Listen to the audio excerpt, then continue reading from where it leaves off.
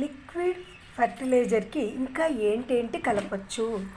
మనము ఈ liquid fertiliser ఏదైతే తయారు చేసుకుంటున్నామో అందులోని మనము వంటగదిలో ఈరోజైతే నాకు చుక్కు కూర కట్ట వెనక వైపు కట్ చేసేస్తాం కదండి వేళ్ళు అవి, అలాగే అరటిపండు తొక్కలు, అలాగే ఇవాళ చామదుంపల కూర చేశాను నేను. సో చామదుంపల తాలూకా తొక్కలు, ఇవి ఎంగిళ్ళు మాత్రం వేయకూడదు.